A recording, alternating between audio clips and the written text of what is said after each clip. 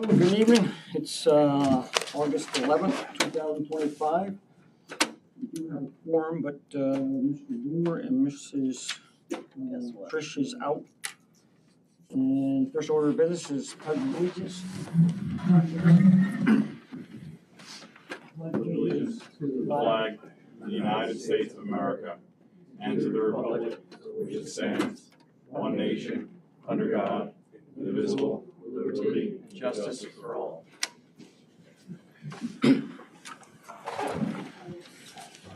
July 14th meeting. Anybody read the minutes? Need a motion to approve them? Make a motion to approve the meeting minutes from July 14th meeting. Motion made by Mr. McGuire, seconded by Mr. Nolan. All in favor? Aye. Any opposed?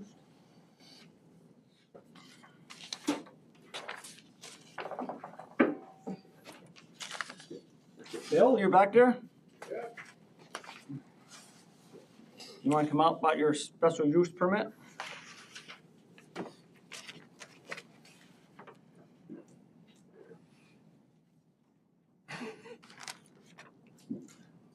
Come. What's up? Go for it. Talking to me? Yes, sir. You got a special use permit? Nope. That I know of. No. That was The easy. guy that just left? Huh? Wasn't it the guy that just left? It's Billy Horner. That's right. Sorry, Bill. I got the wrong Bill. Okay. I didn't think he was on here. I just sent him out.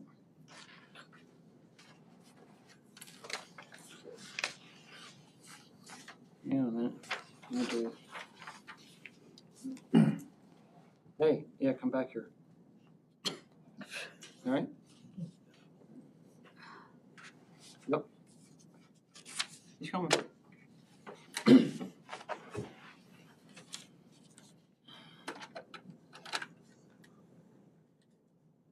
Mr. Chairman, your other two cases may take a little bit of time. There's nothing that says you can't, because you don't have a public hearing, you can handle the other two cases Okay. if you want. No, we can do the appeal for Mark and Michelle Dorsey. Appeal for the denied application for change of occupancy of the property owned by Mark and Michelle Dorsey, property located at 880 Bridge Street, tax map 131.4-12.1. You guys want to come up and tell us a little bit about it? Just take a seat, I'll be with you in a minute. Close it. No, I don't know. You got, just take a seat for a minute, I'll be with you. Okay. Hey, how are you? Hello, good, how are you? Good. I don't know if you got a chance to read my little, Nope, I have not. Okay. I thought this was gonna be submitted, so. Mark and Michelle Dorsey, 1841 Circle. In August 2022, we purchased a farm, Equine Hospital. This property is situated in town. The house is in the town of Bethlehem, and Barnes Equine Hospital were in the town of Queens. The property as a whole has been used for farming and agriculture since the early 1800s. And in the 1980s, the farm became the home of the Equine Clinic of Open Farm. This property became a commercial agricultural property hosting an equine hospital with many employees and college interns. The Equine Clinic also hosted educational events. In the deed of the property, it states that it's been a working farm since the early 1800s when the Mosier family farmed the land. All the barns that are currently on the property already existed when we purchased the property. The two barns, actually one barn became one barn because they're connected and were connected when we purchased the property, were used for monitoring brood mares who were pregnant, surgical areas, recovery areas, an x-ray room, a kitchen for the staff, and office spaces. They also had sheep, cows, chickens, and horses. It was an agricultural commercial property. When we purchased the property in 2022, our vision was to have a working farm/ranch with an agricultural event space. The barn to become the space for events already existed, and we were under the impression that we fell under ag and markets, which does not require a building permit. We were given a stop work order and told to build out a building permit by the code enforcement officer. We requested a building permit and it was denied, stating that banquet hall, which was just a word on our plan, is not a principal use or a special use permit in the RA zone of the location. We disagree with this.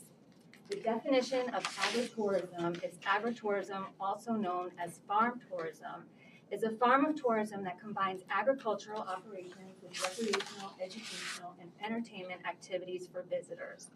It involves bringing tourists to farms, ranches, and other agricultural businesses to engage the land, learn about farming, and participate in farm-related activities. According to the USDA, agritourism allows farms to diversify and has the potential benefits for rural communities. Agritourism helps U.S. farmers and ranchers generate revenue from recreational or educational activities such as tours of a working farm or pick-your-own fruits and vegetable programs. Beginning in small and mid-sized farms are increasingly exploring agritourism as a strategy to remain competitive. Agritourism also has the potential to help revitalize rural economies, educate the public about agriculture, and preserve agricultural heritage. In addition, community-focused farms may find agritourism as an attractive option because it provides more labor opportunities for local residents. There are many other local farms that host wedding events at their farm as part of agritourism. Indian Ladder Farm, the Barn at Liberty Farm, Sablewood, Mead Family Farm right in the town of Bethlehem, Pond Hill right in Fear Bush, June Farms, the list goes on. We're still a working farm with a venue that features the farm. We have cows, chickens, horses, and will continue to grow as a farm. The venue is meant to feature farm-to-table events. We can feature other local farms' products as well as our own. This space can also be a place for fundraisers, corporate training, education. We are not changing the use of the whole property to the hall. Our venue can host weddings, baby showers, day camps, yoga retreats, other events, bringing the land, the farm, the animals, and nature to those who participate. The state of New York and Governor Kathy Hochul have taken actions to support the agricultural industry, including ag tourism. This is an amazing opportunity to have a beautiful venue featuring a working farm, bringing agriculture to events. We would host local farm pairing events and harvest celebrations in addition to weddings and special events. We also recently created a 501c3 not-for-profit 1841 Cavalry. We were approached by the Director of Veteran Affairs to provide space for an equine therapy for veterans. We recently were in the position to help the Albany County Sheriff's Department and the Humane Society providing shelter and homes for these horses. This space has many facets. It is not just changing the use of the banquet hall, but rather converting a space that already exists to host events to support and develop agriculture awareness in our community. This is an amazing opportunity. Our property is situated in two towns, Bethlehem and Queens. The town of Bethlehem has already included agritourism in the town's comprehensive plan. When reading the town of Queens' comprehensive plan, we didn't see anywhere for agritourism. It does state in the agricultural portion of the town of Queens' comprehensive plan amendment, protecting key environmental resources has added benefit of providing opportunities to enhance and provide additional recreational opportunities. Queens Landing Park, direct public access to the Hudson River are key features of the town. This area serves as a meeting place and attracts visitors during these festivals that are critical to the character of the community and improving the quality of life for our residents. I think I skipped a little part there, apologize. Anyways, the comprehensive plan also recommends to continue to provide special events at the parks like Queens Landing, Jerome Park, but all of this was under your agricultural portion. Also to be noted, our farm venue does not impact any neighbors in the town of Queens. The only neighboring property is in the town of Bethlehem, which has adopted agritourism in the comprehensive plan. There is not one single residence on the 62 acres we own in the town of Queens, and over 150 acres behind our Queens property is rural vacant land belonging to Richard Lesser, and according to our deed, we have the first rights to purchase this property, and that's our intention. Our intention is not to develop this property to be anything more than a working farm with an agritourism event center, supporting agriculture and a non-for-profit using equine therapy to help support veterans and others suffering from post-traumatic stress syndrome and others, others. Please also note, we are fully insured with Farm Family and have a farm package including builder's risk. According to the Town of Queens website, Queens is committed to fostering economic growth while preserving its small town character. The town works closely with local businesses, developers, and community leaders to ensure that its growth is sustainable and benefits all residents. Whether you are in business, a business owner looking to invest in a thriving community, or a family seeking a peaceful place to call home, Queens offers the perfect balance of opportunity and the quality of life. With its rich heritage, welcoming community, and wealth of recreational and economic opportunities, the town of Queens stands as a hidden gem along the Hudson River. Whether you're visiting the weekend, I mean, you know what this says, you guys wrote it, but it is a place where history meets progress, where residents and visitors can find tranquility and opportunity. When speaking to our attorney and the Director of Development and Planning for the town of Bethlehem, we do not have to do a change of use variance. We don't not have to do a change of use variance. What we're proposing to do falls under modern farming. What we're looking to do is expand our occupancy. And I understand that, like, Bethlehem is not Queens and you operate differently. And the only reason why we even spoke to the Director of Development was because when we were supposed to do this, we were told to do a change of use. And there were a couple of things that we had questions about. And when Mark went to ask what they meant to the code inspector here, he didn't know. So that's why we talked to him. And he was like, I wouldn't fill this out. This falls under modern farming. And our attorney said the same thing. And then we wrote down, I wish you guys had this, but like on your principal uses, there are other things like public, private recreational facilities, educational, cultural facilities, general farming, day camps, riding academies, marketing, gardening. Also, I wanted to add in, not to say his little thing, but I also wanted to add in that this property, I wrote that before, that's what I submitted, but this I kind of just wrote today. This property has deep roots in New York's agriculture and veterinary community. For over a century, as I said, the land has supported livestock, crops, and community agriculture for decades. It was also known as the Equine Oakencroft. Today, the ranch is entering a new chapter, transforming into a premier agricultural event center, hosting weddings, private celebrations, corporate retreats, educational farm tours, farm-to-table experiences, and farm-to-table events under New York State tourism laws. It's also going to say that, I'm sorry, I submitted this to my We're on page 5, there's 25 more to go. No, we're almost done, Almost, Okay, we don't. so, he will show you, I mean, we have like the one building, we have how many egresses? 16 egresses. You could spin around. The other circle and one, run we as fast have as you want, you're 8, gonna go like to the door. you turn around, there's a door, there's egresses. Is there any questions in regards to the facility or? Basically, what we're proposing to do is say is that we're not looking to necessarily do a change of use, but we believe that we have an approved building permit because our use already falls under modern farming, which is agritourism. Right? You want to say anything? And then your zone is, so like you said, day camps, that kind of stuff, it's really in your comprehensive plan. So we kind of meet some of the same things, just different wording. Anybody got any questions? Yeah, I got a couple. Not to pick on you, it'd be really nice if you could do this, you know what I mean? Sure. But explain to me, like I know nothing. What does agriculture have to do with it? What does agriculture have to do with private celebration? Private celebration is you have your place, you invite your people over, you have a little celebration. That's a private celebration. But what does most of those, I just don't want to pick on you, have to do with agriculture? Ag tourism. Ag Ag tourism, Governor Hochul provided this ag tourism, so farms, because farming isn't that lucrative. Unless you're massively, 2,000 head of cattle, you're milking twice a day.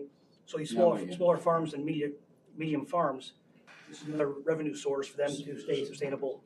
So you need law though, or some kind of thing to support that. If I'm gonna have a wedding here, that ag tourism, Doesn't. Right. So you have to back that up with whatever. You jump in and help me out here. What do you think, Bill? I think you're fine. I guess I don't understand your question. It was pretty So specific in what you wrote. where is it written that a wedding is ag tourism? Well, You know, take Governor Cole, you know, where's it written? It's under an event, right? So an event, that event could be tourism, or it could be a wedding, it could be a birthday party, it could be farm to table, it could be.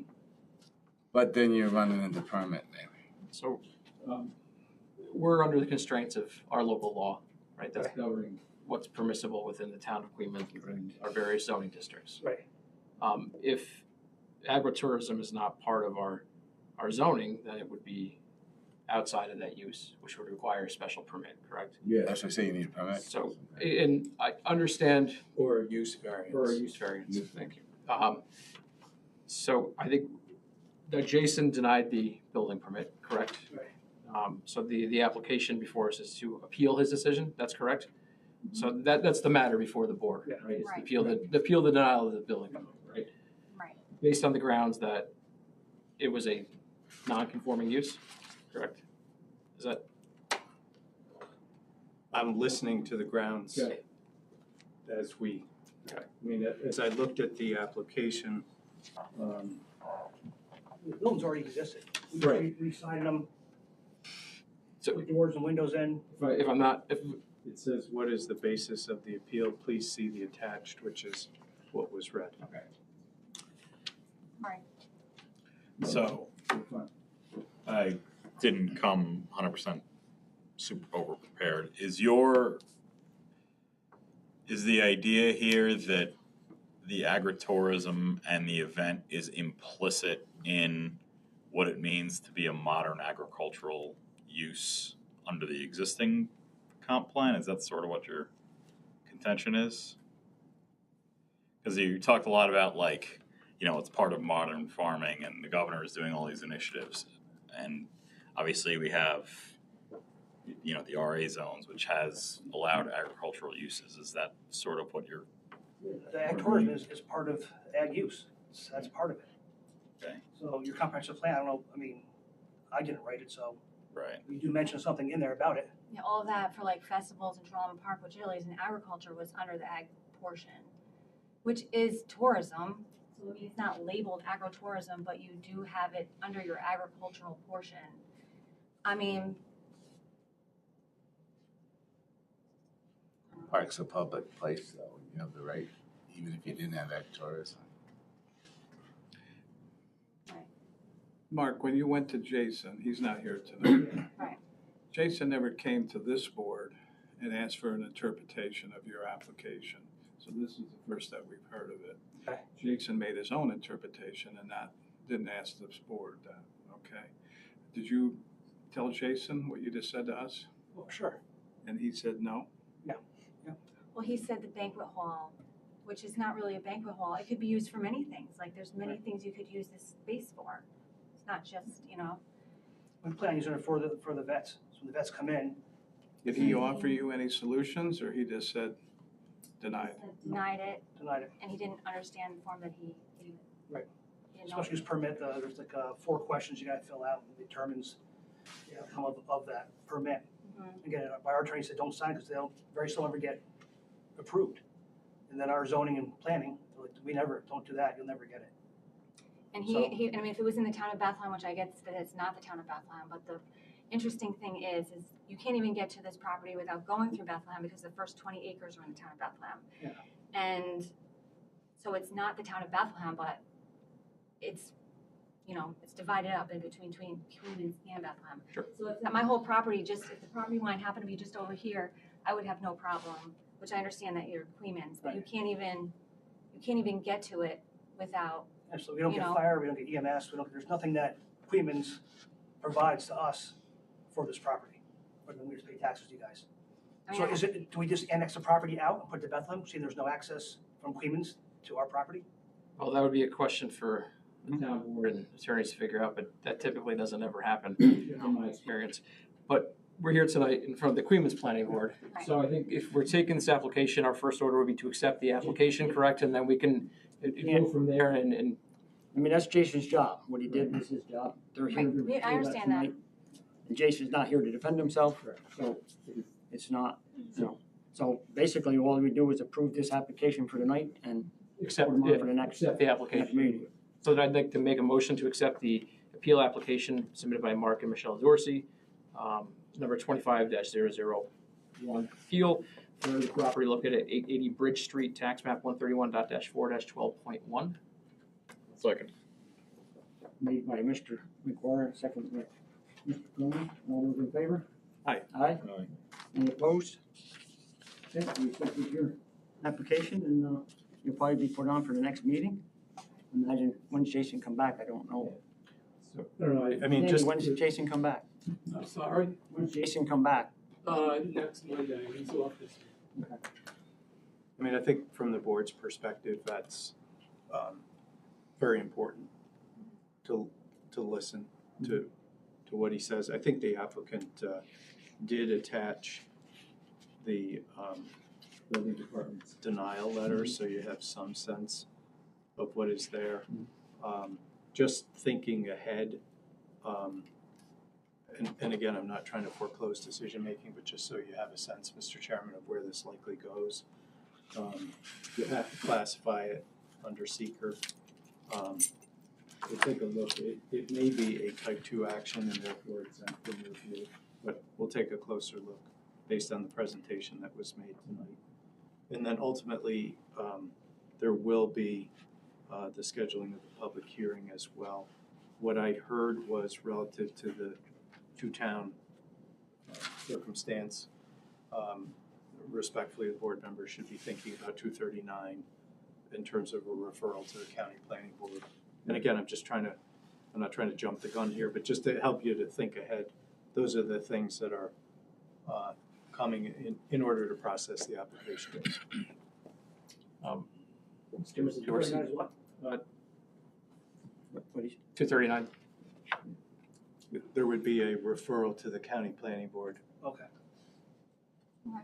Based on the proximity to the town boundary line, it's also in an ag district, and it's on a county road, right? State road. Town boundary that bisects your property. I had a question for you guys. I was wondering, I know you'd referenced a couple other locations that have similar venues. Have you spoken to any of those folks as to what was involved for them to get their ability to? Well, I don't know about all of them, but I know Well, I would say that I know that it's not true. Just based off my personal experience, I was the assessor in Sand Lake where June Farms is. I know they had to go through the planning board, and I know Pond Hill in New Scotland, and also in Indian Ladder, I believe I feel like they're in front of the planning board every other day, but Pond Hill, I know they had to go through the planning board within New Scotland as well in order to get permits, and those are agriculture properties as well. So, June Farms is a petting zoo.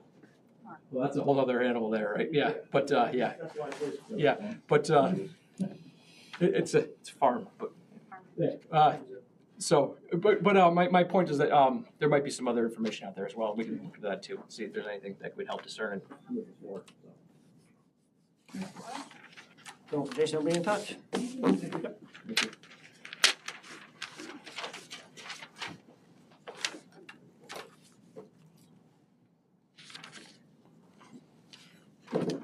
Special use permit from William and Lauren Horner. Application for a special use permit on property owned by Lauren Horner.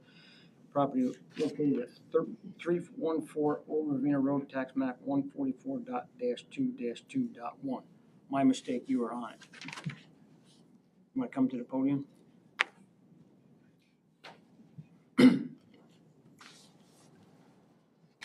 Hello, I'm Lauren Horner. This is my husband, William Horner. We do in fact own the property at 314 Old Ravena Road. We understand that in order to raise or have fill brought into the property over 2 feet, we do need to have a special use permit in order to do that. The property as it stands right now has a gigantic, it's not a big hill, and we're trying to level it a bit.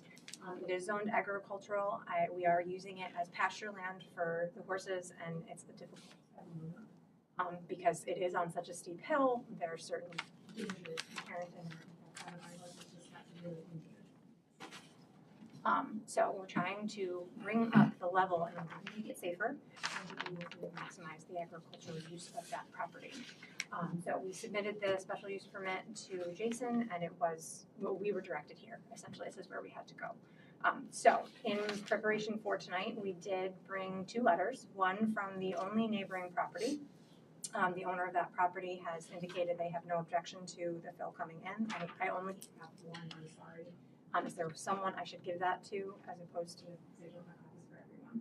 Can you take that, Sandy, if we take it tonight? Would you want me to make copies of it? Can you? Yeah, can you? File? Sure. Okay.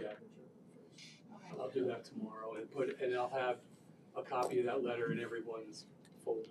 All right, thank you. Thank you. I also have another letter from the company that would be bringing the fill in. It's actually the company that's doing the demolition work. They're doing the conversion from the 4-lane to the 2-lane on 9W. So all the concrete and the dirt and that they're pulling out of there, they would truck it over and grade it off so we can level the land and slope it better so I can actually brush hog it and maintain it properly without trying to put the tractor over. And we won't have any more, $3,000-$4,000 vet bills because one of our horses get hurt. Thursday morning, we got woken up 3:30 in the morning to a horse making all sorts of noise, went out to covered in blood, and we're not sure what had happened, but he was out in the area. He could have fell, could have. What they say they're gonna bring over? It's clean fill. So we also have a letter from that company indicating that it's entirely clean fill. No, what's the abbreviation, C&D? No C&D. So we got a letter from them stating that it is just what is New York State considers as clean fill. So dirt, blacktop, concrete. There's no garbage. It's just material that is considered clean fill in New York State. How many feet you wanna bring it up? In the one area, I believe the way it goes, I think the one area is about 15 feet that it'll get filled up. Roughly. And all papered off so that way we can actually use it. The other neighbor is the state has the nature preserve there. I talked to the land manager and he told me that we're not changing anything on our property that'll affect theirs because their property is actually higher than ours. The only one that's below us is the Haffensteiners that we have the letter from stating that anything we're doing is not affecting or gonna change their property in any way. And they have no injection. Bill, where is this property over there? When you turn off 9W, right there before you go down the dip, you know where you go over the railroad bridge, you have a house, then you have Lafarge, then you have the state property, and then we bought the house as you go down the hill on the right. It's The big brick house. Remember the big brick house at the bottom? Before Milax Trailer Park? Oh, yeah. Your propane tank sits at the house next door. This is before Kinley's house. Oh, yeah. Yes. That's on the other side of the dip, he's on this side. It used to be the Knoxes. Bill Knox subdivided this property for his son, and his son had horses there. It was grandfathered in for the horses and that, and we're actually trying to possibly buy the other property next to us when it comes up so we can have more land for the horses, but right now I got told that they were doing this project and the person to get a hold of, and I talked to them and they were looking for a place to dump fill. I went to Jason over a month ago and he tried to talk me out of it, told me it's not worth it, you'll never get it approved from the board. Don't waste your time. But in the same note, we got a building permit to do renovations on the house that a truck has us moving over 2 feet of fill and dumping it on the property where we want to fill. But that's perfectly fine. He gave us that permit. But then when we wanted to bring fill from outsourced source, he said no. that I have to get a special use permit.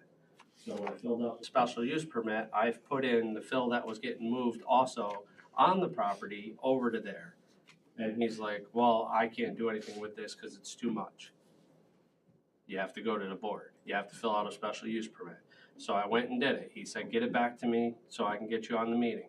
I dropped it off at 10:30 in the morning on the 3rd, so I could be on the meeting last month. He had it from there. He called me on another issue on a job that's going on down here in Queens that I was working on, that a permit was pulled on that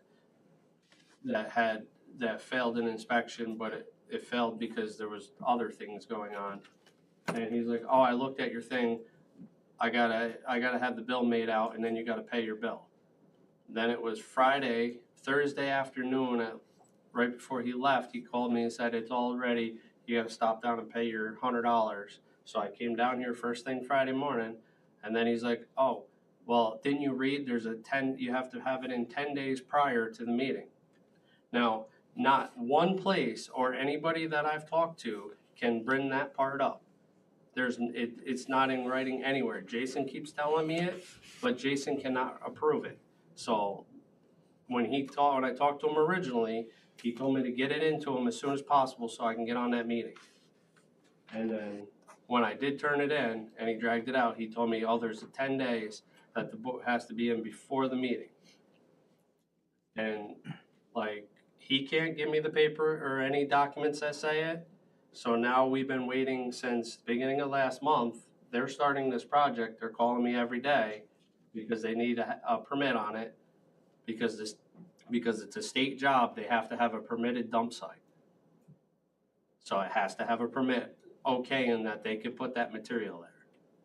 So How many? the last meeting got canceled. How many loads do you think they're gonna bring in? 50, 60? It's hard to say. I mean, the area is probably 200 feet across, but like over at the one area, it's filled. It goes up and down. It's like the biggest part, it would be out, and there's probably like a 20-foot section that may get 15 feet in it. Because the guy that's in charge there, Eric, that's in charge of the job up there that I spoke with, he said that he could bring a dozer, he could grade it off, then he has clean dirt that he has access to that he'll bring and grade off the top with, so that way any material that was put in will be graded. He would have his the guy there for the environmental would come over and do an assessment to see what has to be put in the silk fence, whatever else that has to be put in prior to them doing it, and that would all get done. The company is going to make sure that it's all done. In that, because he says, because it's a state job, they have to have their guy come in and go, okay, we need this here, we need this, but they need the permit for it. This is a little more complicated than just filling in a ravine and dumping some fill. Yeah, just to put it in context for the board, the town board passed local law number 9 of 2023, which amended the zoning chapter, and it provides this: no excavation or grading shall be permitted except for the installation of driveways or minor operations designed to change existing land contours by not more than 2 feet, except by special permit. So my sense is that the magnitude, quantity of fill in this instance exceeds that, and therefore triggers the special permit. And I think, Mr. Nolan, to your point, I think where you were going was to try to quantify the number of perhaps cubic yards so that the board could have an understanding of where this will be, to what extent, and to what extent the terrain may be altered in terms of the elevations here. For now, I mean, the board can accept the application, but I think that's, if I anticipate where you were going, those are some maybe points the applicant could get pinned down for the board, just to help keep it moving. But we'll have to have a public hearing on it too. Yeah. You have to have a public hearing. How would we go about submitting that information? What information? Calculations and. Oh, the calculations, oh. Yeah, see how big area, you have to talk to them, see how many yards you're gonna bring out of there. It's the whole area that's getting filled in is right, it's less than an acre and a half. The whole general area that the fill would be covering, it's less than an acre and a half. I think it just covers over an acre. Where the one area is basically skimmed and the other end, it just tapers off and falls just right into the grade that's there now. And then So this Eric guy, did he come over and look at that site? Eric's been there twice. Do you think, well, that fill will fit in there? He won't bring all the fill there, but he has said he could bring me enough fill to do what I wanna do. And then he said he can bring, because over at Fink's, where they scrape the fields down and that and put in for their area, they have all good topsoil that came off of it. He said he could bring loads of that over and skim the top of it, so that way anything is covered by, he said, 5-6 inches of a good base, so we can replant it, so that way we can have it grow up, so the grass can be used for the horses. Cause I mean, the property's like 5 1/4, and we have probably close to 4 acres of it fenced off for the horses. I would have to say, ask him, see how many yards he thinks he's gonna bring in there, so you'd have it for the next meeting. So we got an idea. So I'd say we could accept the application. Anybody wanna make a motion to accept it? I'll make a motion to accept the application for Lauren Horner and property located on 314 Old Ravena Road, tax map number 144.-2-2.1. Have a second? A second? Motion been made and seconded. All those in favor? Aye. Aye. Any opposed? Okay. Yeah. Just note for the record that there's a typo in the agenda. The tax map number is incorrect. It's actually 144.-2-21.1. The application says 21.1, but the agenda says 2.1. Okay.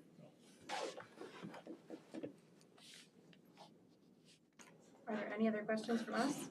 So the application is wrong? Or No, the application's right. The agenda was wrong. I was looking at the property up and it pulled up the mobile home park. And I'm like, well, that's not right. No, well, that could be a good thing if that got filled in, but. So just give them papers to Sandy so we can make copies. Okay, wonderful, thank you. And then Jason will be in touch with you.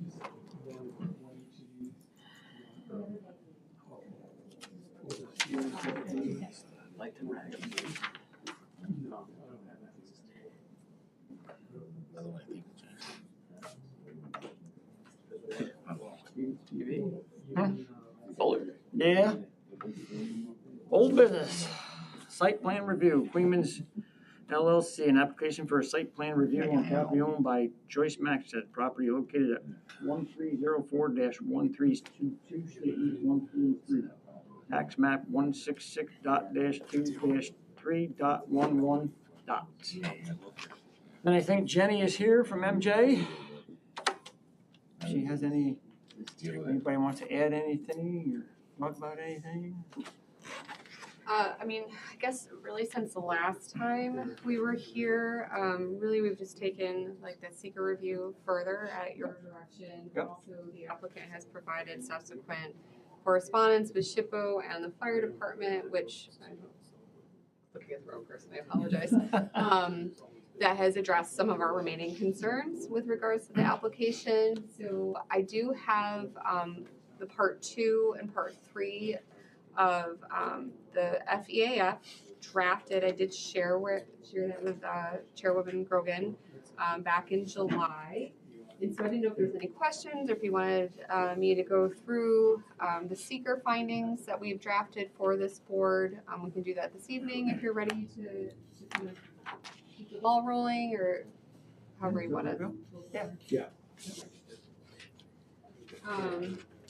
So Would you like me to go through the questions now, or you want me to go through our findings in general? Do the findings first, and then the questions. Sure. So, with regards to seeker, it's been a while, I think, since this board's probably done a long FEAF, right? So we look at several different topics with regards to seeker. So I'm just gonna go through them topic by topic. Just bear with me as I get the right document in front of me. So the first topic that we're gonna look at is impact on land. And so, typical with solar installations, it's really one of the bigger impacts with regards to installation. So we did say that there would be a potential impact on land. And then the part 2, which is identification of potential project impacts on the FEAF, does ask several subsequent questions, and we respond with either no or small impact may occur or moderate to large impact may occur. And so keeping that in mind that, it doesn't have to be no, it can be small for this board to actually eventually come to the conclusion that there's no significant impact to the environment with the project. So I'm going to just describe that.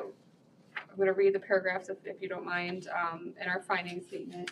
The proposed project will involve construction on or physical alteration of the land surface within the proposed site. However, no moderate or large impacts are anticipated. Minor disturbance of the land will be conducted in order to install the array and access the solar site.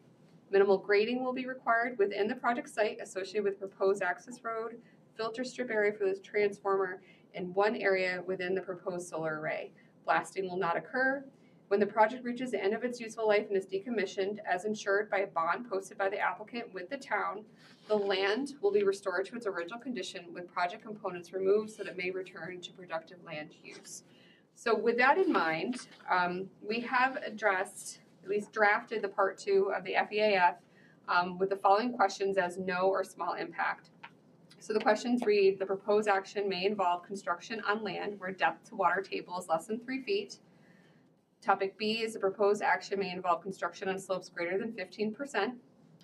C, the proposed action may involve construction on land where bedrock is exposed or generally within 5 feet of existing ground surface. D, the proposed action may involve the excavation and removal of more than 1,000 tons of natural material. E, the proposed action may involve construction that continues for more than 1 year or in multiple phases. F, the proposed action may result in increased erosion, whether from physical disturbance or vegetation removal, including from treatment by herbicides. And G, the proposed action is or may be located within a coastal erosion hazard area.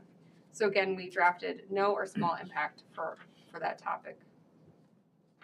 And just feel free to speak up if you object to any of those statements. So then the next topic that we look at is impacts on geological features. So in this situation, we did say that the proposed project will not result in the modification or destruction or inhibit access to any unique or unusual landforms within the project site.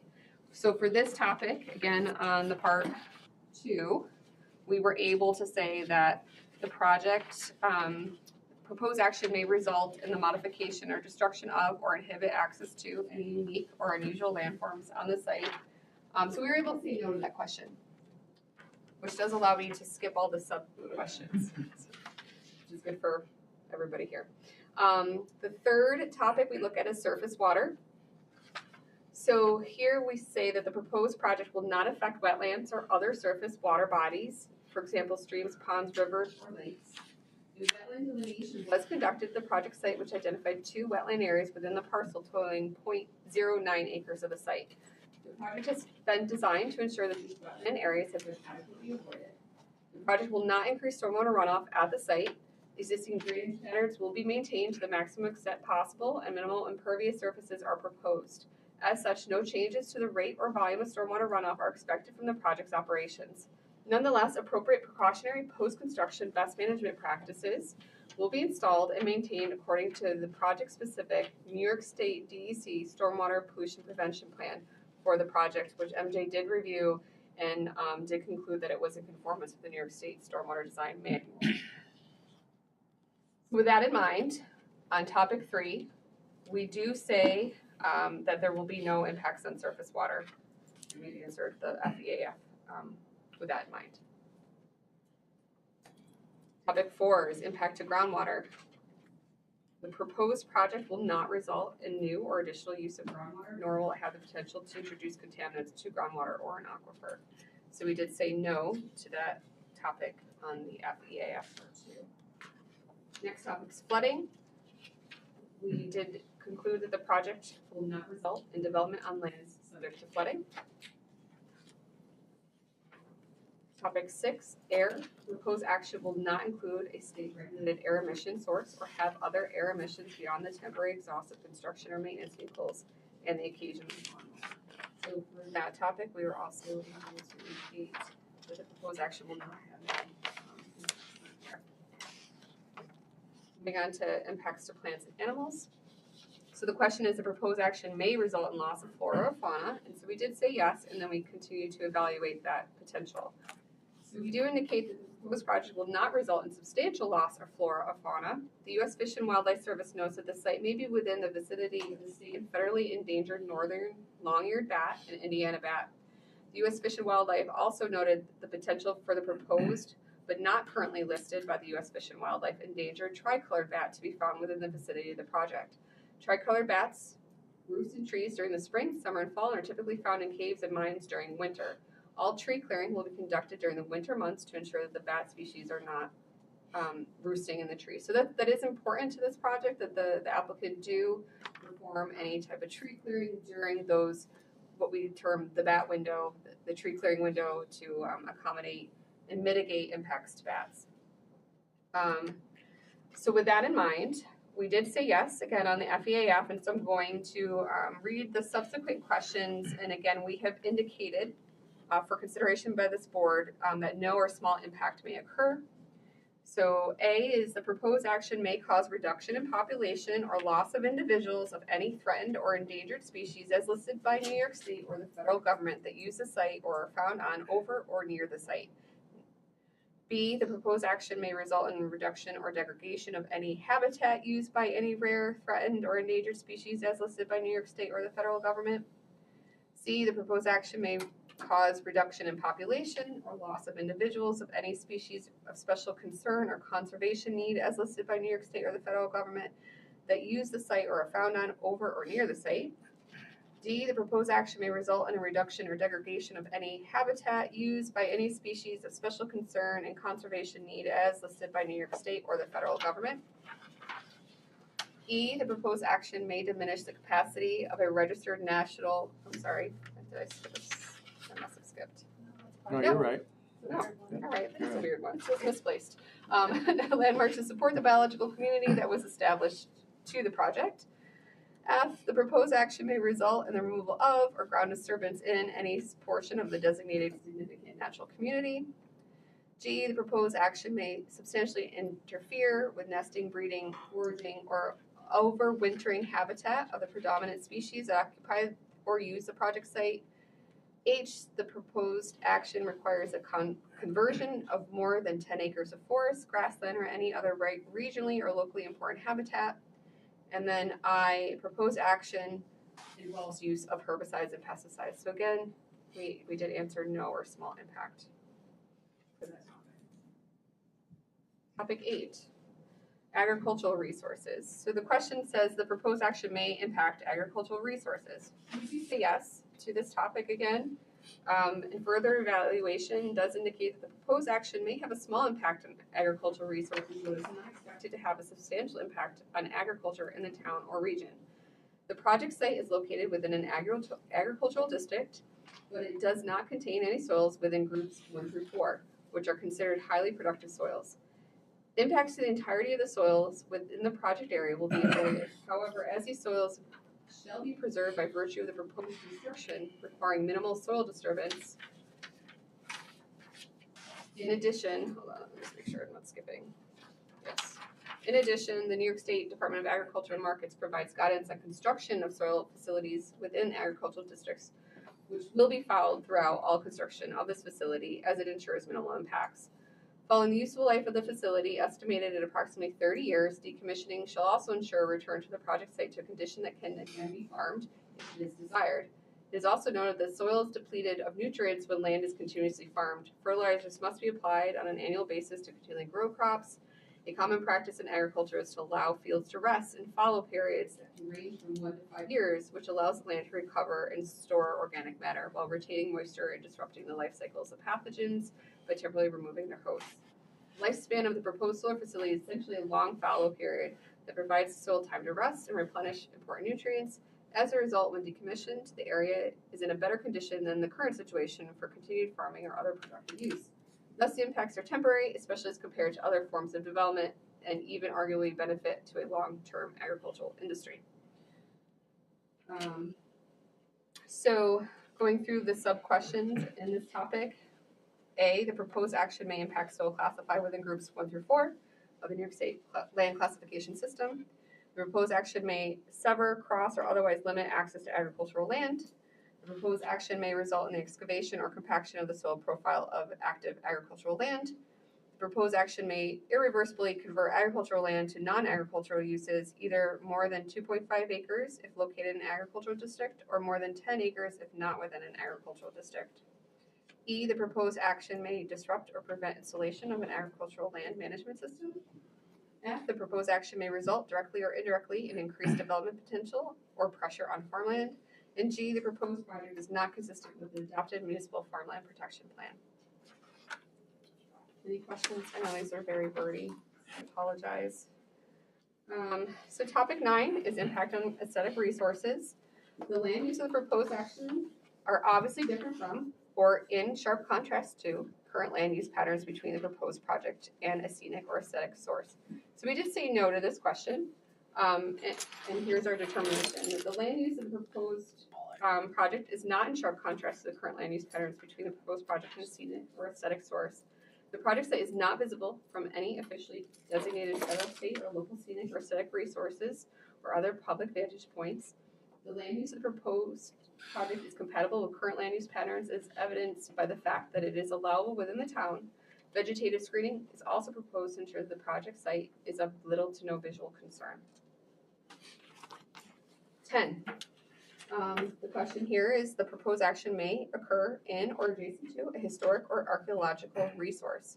We do say no to this question, and this is our justification. Formal consultation with the New York State Office of Parks, Recreation, and Historic Preservation was conducted, which resulted in a letter last August 15th, 2024, which indicates that there were 3 historic properties identified within the vicinity of the project. However, no adverse impact to historic resources will occur due to siting, topography, and existing vegetative screening. As you may recall, we also had them further follow up with SHPO with regards to the cemetery, and they just had some, requests that construction occur a certain distance away from that and that no impacts would occur. Just to that cemetery. time out, I got a question on that. So is there boundaries set on that? Can we set boundaries on that? Yeah, they did modify the plans accordingly. Okay. Yeah, I forget what the distance was, 30 feet? Yeah. Yeah. Yeah, I think where we stand, Jenny, just to try to get that pinned down is, I don't think, and correct me if I'm wrong, Mr. Chairman, I don't think it changes the analysis at all. But as you appreciate, I think where the board is going is there are likely 2 perimeters. One will be as a condition if we get further down the line with respect to construction. And then post-construction when the project's finished, there'll be a different perimeter. One larger, obviously, during construction. But I don't know that that's been definitively decided yet. That's got to get worked through. Have you seen that correspondence? Was that shared with the board from SHPO? I think so. Yeah, we talked about that before. Yeah. I don't know what meeting, what it was talked about. Yeah, it's been a while, I know. Yeah. June, I think, glancing quickly, but June 9th there was some. Let's see, moving on to open space and recreation. The question here is that the proposed action may result in a loss of recreational opportunities or a reduction of an open space resource as designated in any adopted municipal open space plan. And we did draft responses no to this question. And because we ultimately the project will not result in a loss of recreational opportunities, and it's not proposing to result in a reduction in open space resources as designated in the open space plan. Next topic is critical environmental areas. The proposed action may be located within or adjacent to a critical environmental resource area, and the answer is no, it is not located adjacent to. Transportation is the next topic. Question is, the proposed action may result in a change to existing transportation systems. We did say no to this question. Again, very limited traffic impacts with the exception of during construction, but permanent traffic is essentially zero, except for maintenance activities. Topic 14, the proposed action may cause an increase in the use of energy, any form of energy. There will be no results in a change to, the project will not cause an increase in the use of any form of energy. Impacts on energy or in support of the state energy plan are considered positive in nature. So we did say no to that topic. We're getting close to the end, I promise. Topic 15 is noise, odor, and light. The proposed action may result in an increase in noise, odors, or outdoor lighting. And again, we did draft no as a response. There will be a temporary increase in noise during construction. However, it will not result in any increase in odors or outdoor lighting.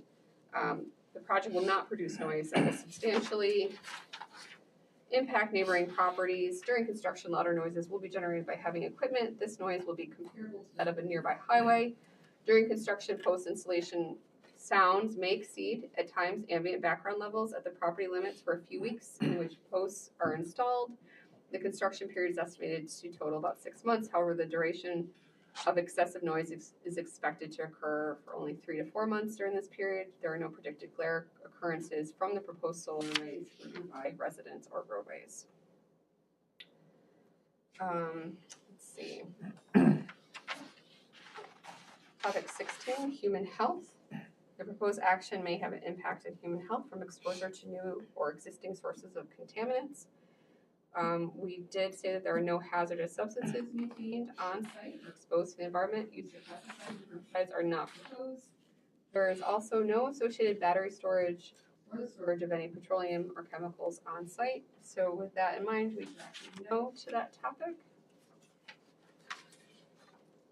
Topic 17 is consistency with community plans. The proposed action is not consistent with adopted plans. We said no to this topic.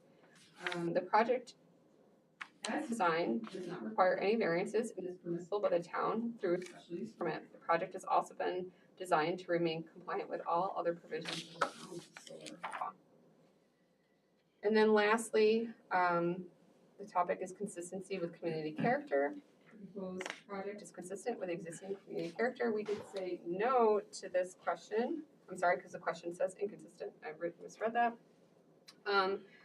So our reasoning is that for the reasons set forth above, the proposed project will not have any significant adverse impacts on the environment. And, we do, if the board does wish to, a negative declaration would be warranted if the board concluded as such.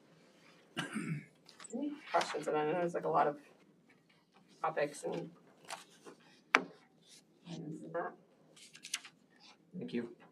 Yeah, thank you.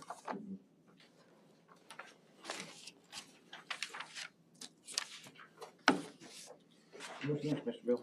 So, as the board will recall, these are suggestions, as Jenny has indicated, but they are, I think, consistent with what you've been considering along the way. So at this point, a motion to make, if you're so inclined, a negative declaration with respect to significance, environmental significance, would be in order for this type 1 action.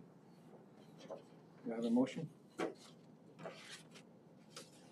I'll make a motion to declare a negative declaration for for the application, for the seeker review for the Queen's PV LLC. I have a second. Second. All those in favor? Aye. Any opposed? We have a neg. Second. Now we got a public hearing, schedule a public hearing. The first thing that I would suggest, Bernie, is, and the answer to your question simply is yes.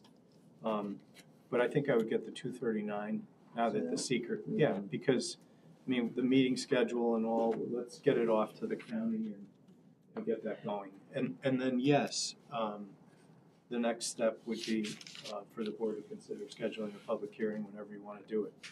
And I would just point out, as the board knows, that if the county planning board schedule doesn't coincide, you know, that's okay. We can at least keep it moving. We just can't finally act. I'll make a motion to send the 239 to Albany for property located at 1304, 1322 State Route 143, tax map 166.2-3.11 for the Maxted Solar Farm. Second. All those in favor? Aye. Any opposed? So Bill, what's left to do? This has been ongoing. I'm trying to remember all the stuff that's happened here. You got the city of Albany to say you can go across their water line, right? Our attorney speaking with their attorney, it's been a slow process with Summer, but their attorney is trying to figure out, I guess they haven't typically done these many times before, so they're thinking, do they want a formal appropriation agreement? Do they need to do that? Do they just write a letter to you and just kind of stipulate, you know, the landowner has access, make sure you do these things. So they're trying to figure that out. We're kind of leaning towards a formal appropriation agreement, I think would be best for everyone. That was the problem 10 years ago. Yeah, but I mean, they're ready to finalize it. They're just working through the attorneys now, so. And the cemetery's all squared away. I mean, we would recommend that both of these topics be conditions of any approval. So we can, you know, draft up language so that you have that to consider. What else was there besides the cemetery? Firehouse, the fire company, right? Yeah, fire department too. And the 239. We did request a Knox box, we have that correspondence. Yep, I see that. The submission deadline for the August meeting was unfortunately today at 10:30. So it looks like this would be before the county planning board at their September 18th meeting. Okay. So For what now? this is for the 239 submission. The submission deadline for September is September 8th. So that would be September 18th as the county planning board meeting. What are we doing for his decommission plan? That's been reviewed in concept and at a conceptual level. I think we're generally okay. That too, as Jenny indicates, will be a condition of approval. I know we talked a little bit about the nature of security, and I think that got worked out that from the town's perspective, I think Mr. Nolan pointed out that we require. Right, their options are a bond, which you don't prefer. Right.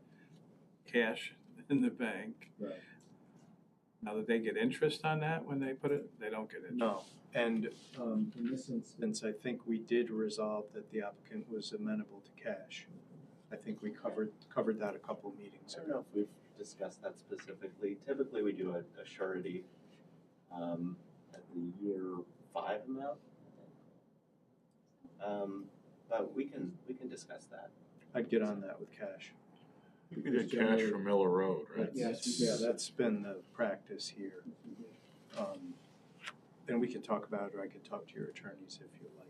Yeah. How do you come up with the number to decommission? I know every 5 years you have to change that number. Does it work down the road? Does it really work down the road? Right. So there must be a formula to say so many acres of solar panels is going to cost X number of dollars to bring it back to the way it was, right? Yeah, and that's an engineer who puts that together, so I'm not exactly It's similar sure, to that. NYSERDA does give guidance, and MJ did review that, and it's been a while, so I don't remember the details of this particular decommissioning plan. But we do use a NYSERDA guidance, because that's what's been provided, with regards to the cost for decommissioning. So they do, they're in here, they provided, itemized, Is it a percentage of what the project cost to begin with? No, it's like actual cost to remove panels from the site, labor, material, costs. So we do review that, and there is escalation attached to it. One of our pretty solid standings here is we don't include salvage value, because a lot of times the developer would like to, include that salvage value because it reduces that decommissioning amount, but we have no idea what salvage will be in the future. Towns, generally speaking, don't want to be bothered with that. They just want it gone if it was to be this situation. So we did review that, and an amount was agreed to. I believe it's been a bit, but What and size? again, it does need to be looked at every 5 years. How many megawatts is this? 1.5. So what's the typical cost of decommission at 1.5?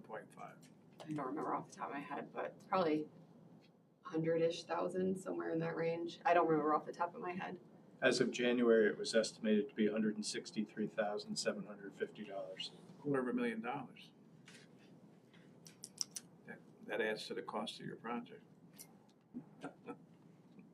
So I think what we would do and recommend to the board is, because it was January, we, as this comes to a conclusion, we would all take a look and pull the details together for you. So should we schedule the public hearing? You can schedule the public hearing. That's really the I pleasure. don't have any dates in front of me, that's the only thing. If it's gonna be after the county meeting, then we are looking, yeah. Doesn't, just so you know, doesn't have to be. It's just, you could do it before, but you're not gonna be able to act on it. Doesn't make a difference to me. That's fine. So, the next meeting would be August. How much time does Jason Well, need you to? gotta give Jason Yeah, time to give Jason. publish. Then, okay, So you probably wanna do your first September 8th. Yeah.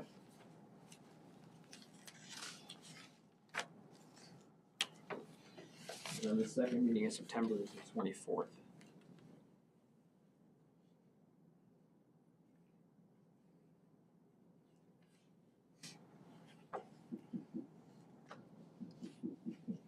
We had a motion in? I make a motion for public hearing on September 8th for the Clemens PV LLC on Max's property at 7 o'clock.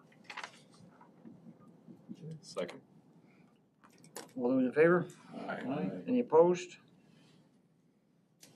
Any motion to submit 239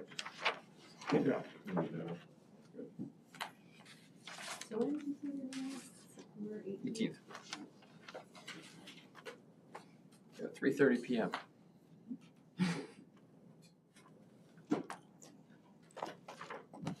I know it's kind of housekeeping and administrative, I apologize, but I just want to make sure for Sandy's benefit that on this application, number one, we need to make sure that the 239 goes to the county, just for communication with Jason.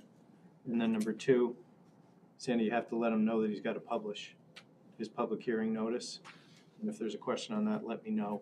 And then the last one is, he has to print Jenny's, actually, you can have Albert sign it then tonight. Yeah, I Wanna do had that? pre-populated Trish's name, but. Oh, did you? just- That's okay, just scratch it out. So we'll get that one done. So he's got Yeah. two on this one, which communicate with me if there's an issue, but Yeah, the 239 probably won't go in until next month. that's okay. That makes the deadline, doesn't it? Yeah, September 8th was the deadline. Yeah. Okay.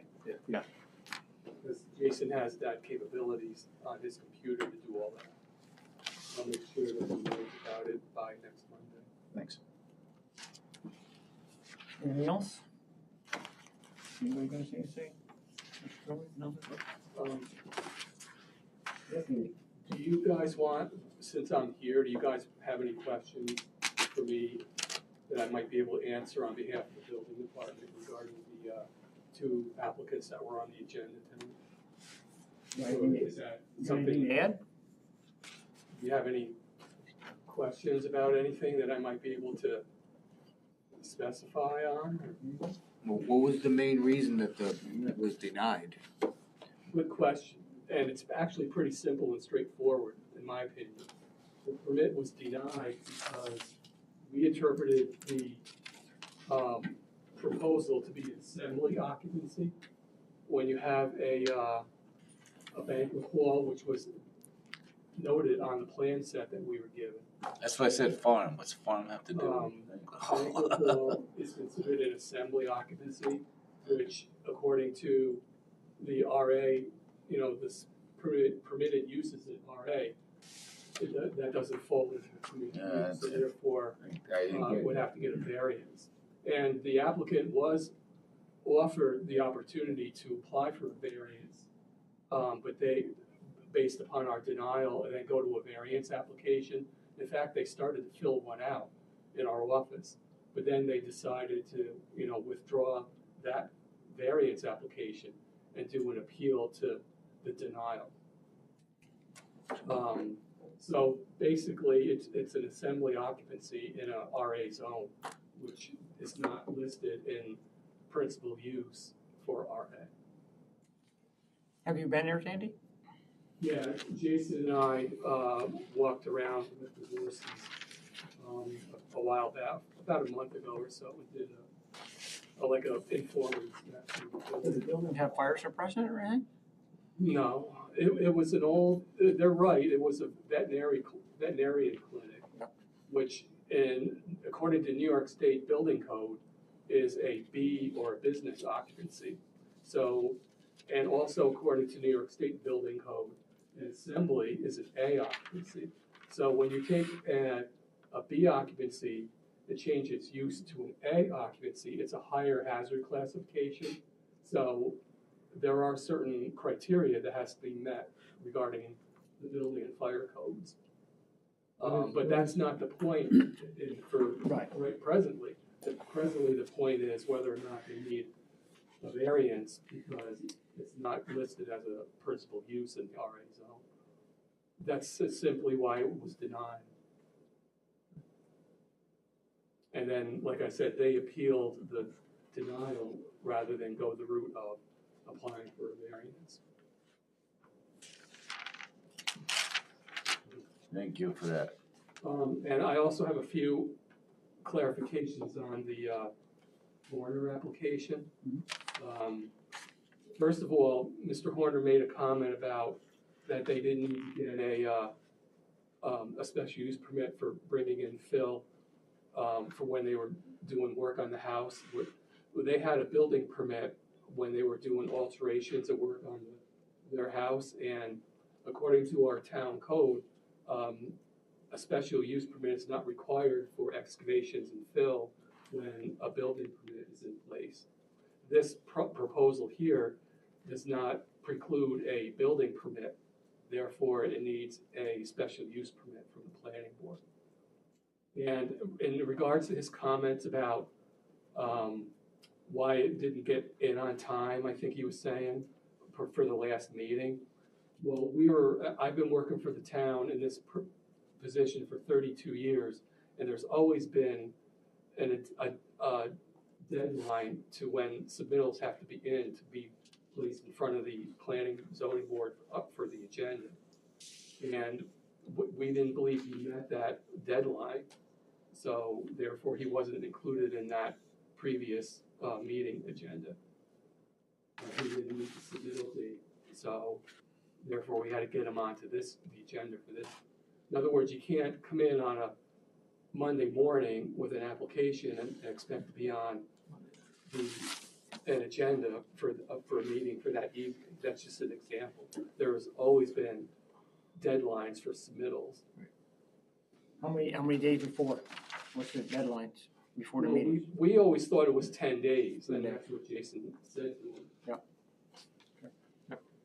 So, and I wasn't very, I believe that he was kind of inappropriate with some of his comments about his negative comments about Jason. And I'm in the office every day, and my opinion is Jason acted appropriately with his application, and I wish that his comments could be stricken from the record when it comes to that. I don't know if that can be done, but I can ask. that's my 2 cents worth. So, like I said, he needs a special use permit. Yeah, that's town code, so. Yeah, well, it was changed a year or so ago, Mr. Kittery, I think you said. 2023. It used to include just excavations, but now it was changed to include fill more than 2 feet as well as excavations. That's good. Yeah, that's clarified something. Yeah, man. Thank you. I missed my firehouse this night for here, so I wanted to go to the firehouse. You were much appreciated today. Every Monday night since 1978. You're much appreciated. Anybody else got anything else? Anybody wanna make a motion to close? Make a motion to close the meeting. Second. Second. All those in favor? Aye. All those opposed? Meeting is adjourned. I was gonna get a bond.